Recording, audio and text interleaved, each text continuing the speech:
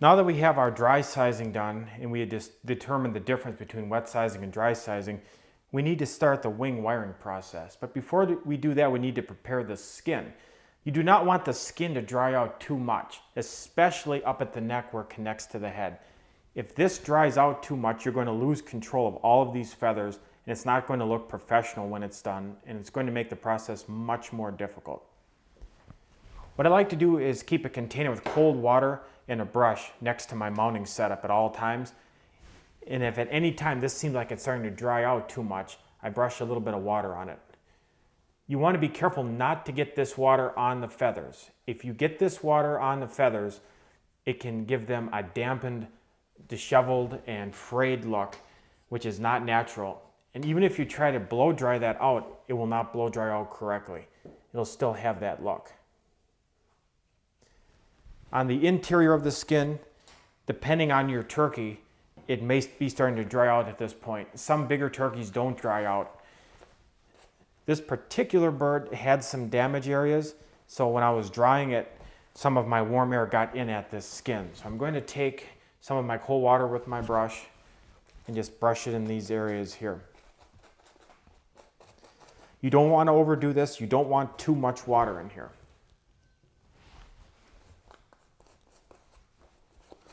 Also, at this time, you can be checking if there's any major holes in the bird anywhere, and you would want to sew those up now. It's very important when you do that that you line everything up correctly. This bird has a few minor holes. You can see a few of them here. You do not have to sew a hole like that up, especially in this area. If you had a major hole in the breast feather area, that's when you would want to sew up.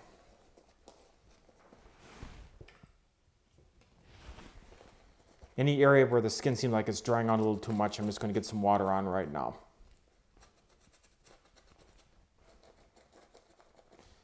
This particular turkey had some areas where some of the outer layer of skin is peeling up. That's fairly common, especially with a bird like this where it has some feather damage. In those particular areas, the skin likes to dry out first.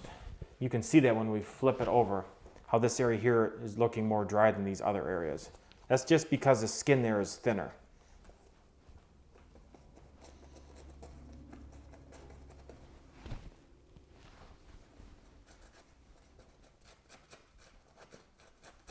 You hear that little scratching noise? That means you're hitting dry skin. Also, sometimes the legs or drumstick area like to dry out. In this case, they're not, but that is an area that will dry out. You can just invert things a little bit, and we'll just check to see how our neck is doing. As far as moisture, you can see some shot damage here. Not even going to try to repair that. If you try to repair that, it's not going to look good at all. It's going to pull the feathers together unnaturally, and it's going to mess up our alignment. So I keep that like it is. You want to be careful when we're injecting our caulking in this area so it doesn't squirt out of these little holes, but if you're careful, it will not. So we do have a little hole right here. I might sew that one up, but that'll be the only hole I sew up anywhere near the breast feathers. I'll just put one stitch in that.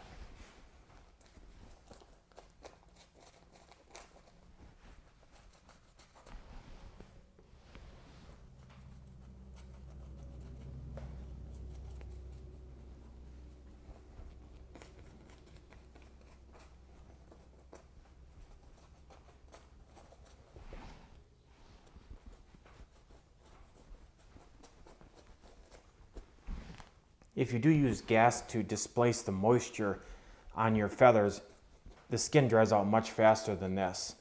That's another reason I don't like using gas for doing that. Okay, now that we have that done, let's fold it back together, and that moisture will stay in there now throughout the rest of the process for us. If you do get a little water on your feathers from that, you can dry it. It doesn't look as good after it's been wetted and dried, but you can still dry it. I'm just going to quick check the moisture in my wings. This wing is good. Sometimes the wing that has the damage isn't, but because we sewed it up, it's still good. While I'm working on the wings and on the rest of the turkey, I like to bag off the neck area so it stays moist.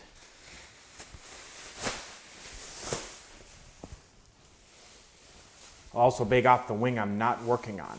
If you had to walk away from this bird, I'd bag the entire bird off. Very important step. You do not want this to dry out on you.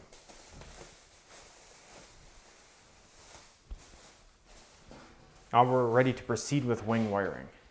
Now we're going to start the wing wiring process. First thing I'm going to go over is the tools you're going to need to do this. This is rug batting. It's also called fiber fluff. This will be used to fill in our wing. We use dry preserve in the wing. Needle and heavy duty black thread. Electrical tape. A cutter. Lineman's pliers. Cable ties. Cable tie gun. Bolt cutters. 2x4. We'll be using 9-gauge soft black wire in the wings. That's what I recommend for all wing work except for standing mounts. If it's just a standing mount with the wings folded on its back, you would not want to use 9-gauge soft. Every other pose, 9-gauge soft is what you want to use. 9-gauge soft is great for doing turkey wing work and for other turkey work. We talked about that a little bit earlier on. This makes the wing wiring process and the mounting process much easier, so definitely get some of this. We'll also be using some 10-gauge wire and some 6-gauge wire for our wing repair on the broken wing. We'll be using Zap-A-Gap and borax for that repair as well, and we'll keep our cold water on hand as needed. We'll also be needing a grinder to sharpen our wire. The first step in the wing wiring process is actually to remove the undertail coverts. And you'll see that on your screen right now, the reference picture of what I'm talking about. We're going to make one cut directly above the vent. If you catch a few feathers in the cut, don't worry about it. We want to keep this moist, and we want to bag this off and set this aside. We'll be working with these later. We're going to start the process by cutting our black wire. I like to cut it off about 10 inches to start. We might be nipping off a little bit more right after we sew our bird up, but we'll start with that. You might need a bolt cutter to do this. Your lineman's pliers would probably also handle it. You want to do that with both wires. On the excess you cut off, I split that in half on one of them. I'm going to sharpen both of these ends and make these into staples. And we're going to use that when we sew our bird up to help hold our wing wire in place to our form.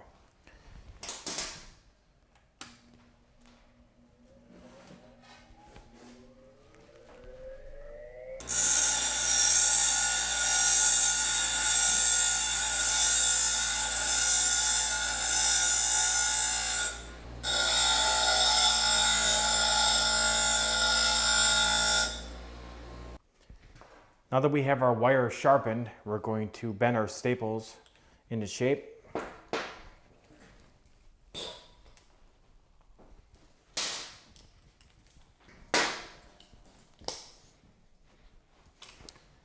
We'll just set these aside until later. I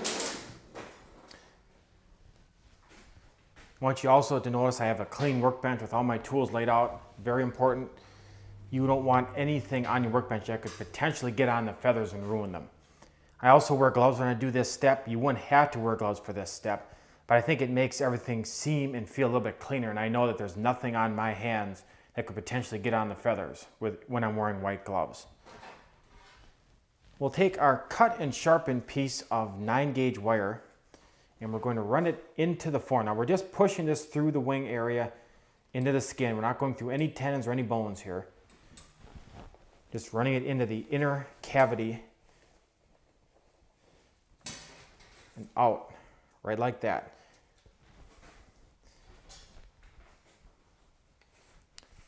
The next step is to push our 9-gauge soft wire through this tendon area. If you recall, during the wing cleanout process, we kept this area intact. That's where we want to push our wire through. Might take a couple of attempts to get it in the correct position. Okay, you can see what that looks like. Now we're going to run the sharpened end of our 9-gauge soft wire into the wrist area. We're going to be pushing it right into here. I bring the wing straight. Now, if you just push on it, you're not going to be able to force it in there. So we'll take a 2x4 and we're just going to tap on the end of our wire that went through the rest of the body of the turkey.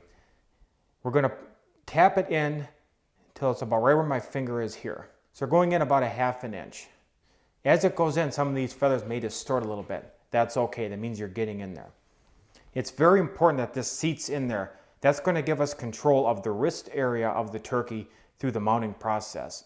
If this isn't done correctly, you're not going to have control. We could still finish mounting the bird, it will dry, but it'll make it a little bit harder.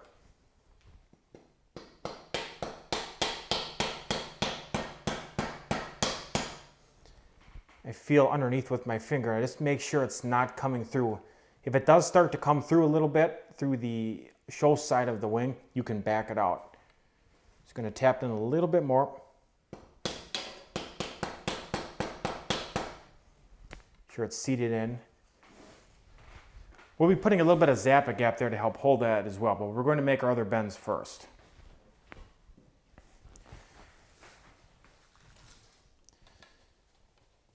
I take the humerus bone and I make sure that it's pushed up into the form. Sometimes it likes to come out like this.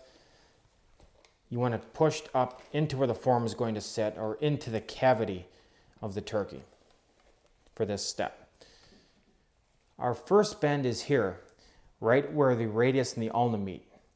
We're going to be attaching our wire onto the radius bone, but I need to make one small bend here to start so it follows the radius bone up. Should look like that. It's very important that you make that bend. If you wouldn't make that bend when we try to use our cable ties to attach it, it wouldn't attach correctly and you'll just keep snapping cable ties. 9-gauge software is very easy to bend. That's another reason I like to use it for the wings. You can just do that with your thumb. Now we need to follow the radius bone up along the humerus bone.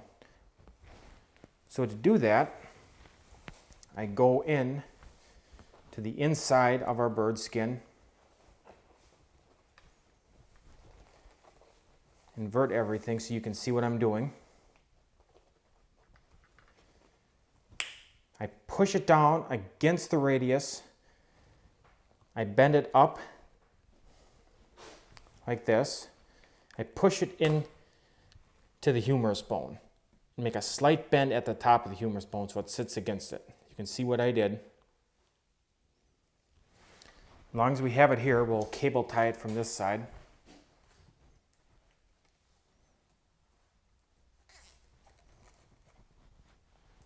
One cable tie holding the humerus to our wire. And we'll get our cable tie gun and just tighten that off. You can do it by hand, but this makes it a lot tighter. We'll take our electrical tape and we're just going to tape that 9-gauge soft wire to our humerus bone. You want complete coverage with your electrical tape and you want to wrap this tightly. You do not want this moving.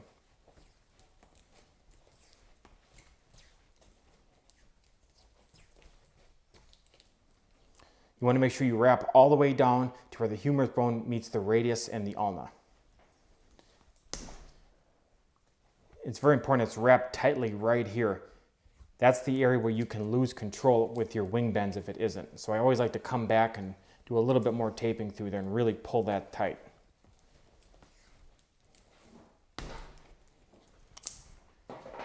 Okay, we'll just push that back through. That part is complete. Now we need to attach our wire to the radius bone. And to do that, I'm just going to take 2 cable ties.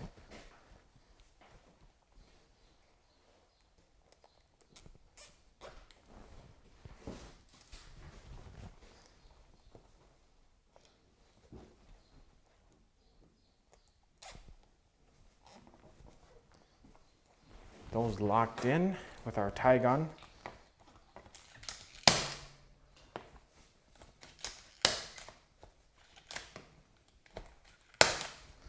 Doesn't hurt to put a third one on there either, just to be sure. You don't want this breaking out during the mounting process.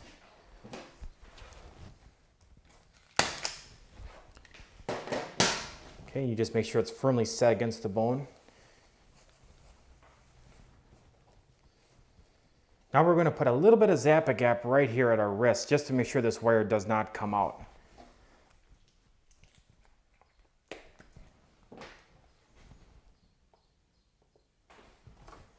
Take a little bit of borax, just sprinkle it on there to cure that out.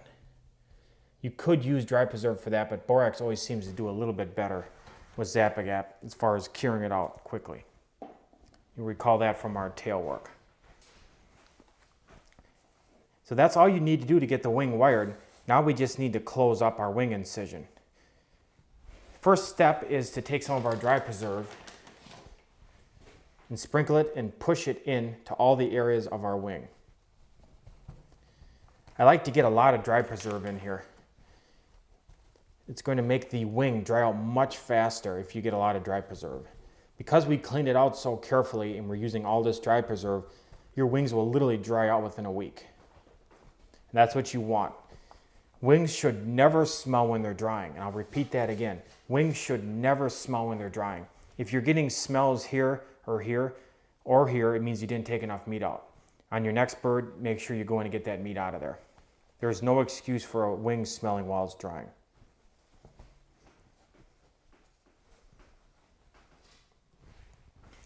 Now we'll start to sew it up.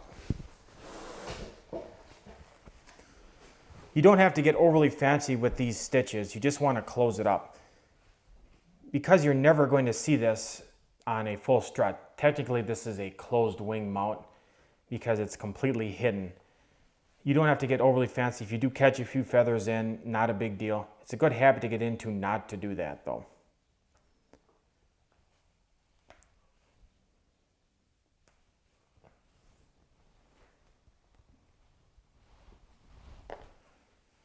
Start out with a baseball stitch and a knot. Again, the kind of stitch you use here is not important either. You just want to close it up. So you can do an over-under or an under-under stitch. Doesn't matter. Anything to quickly close it.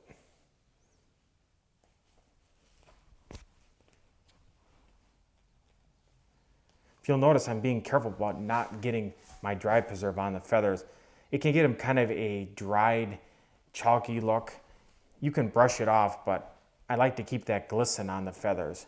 That's what people like to see in turkey mounts, so I try to keep my dry preserve off them as much as I can.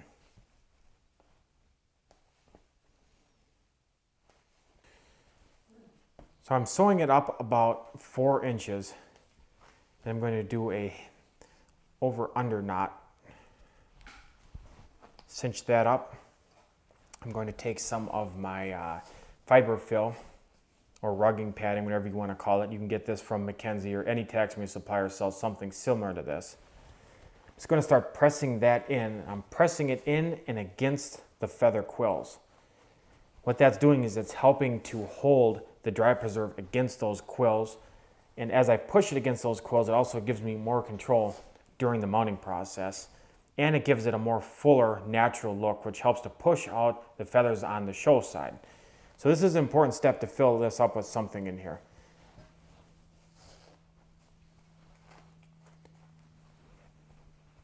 You can also use cotton balls to do this, Excelsior. In a pinch, you can even use paper towels, but my favorite is this rug batting. So now we're going to sew up another 4 or 5 inches, and then we'll just push some more in until we get up to the joint.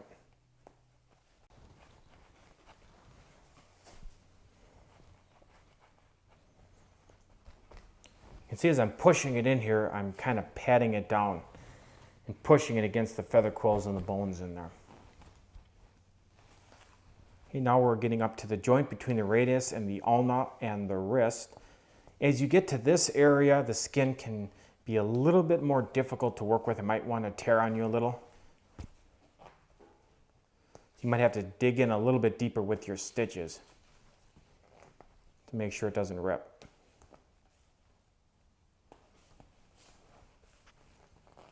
As you get up into this area, it's not as critical to put any more cotton batting in. The only time I put any batting, whether it's cotton batting or my rugging batting, is if there's a large hole. Rather than trying to sew it up, I just fill in the hole with that batting, and that'll stop the dry preserve from falling out. As we get up into this area, it's easier to catch some feathers in, so you have to dig around underneath them a little bit more.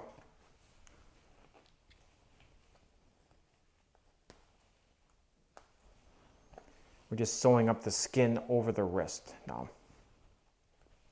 Again, the main objective here is to just hold the dry preserve in place.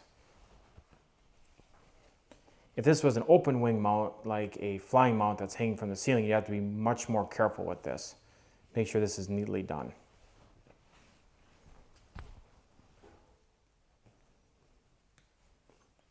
If you do have a large skin tear or an area where the skin is just not coming together correctly for you, you can take Zap-A-Gap and zap that whole area and then put a little borax on it.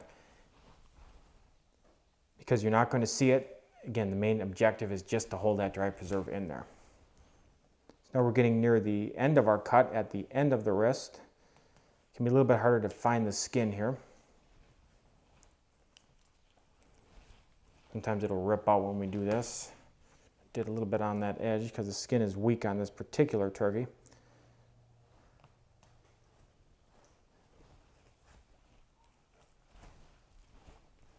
Just do one of our over-under knots. Now I'm going to take a little bit more of my batting and I'm going to go inside the skin.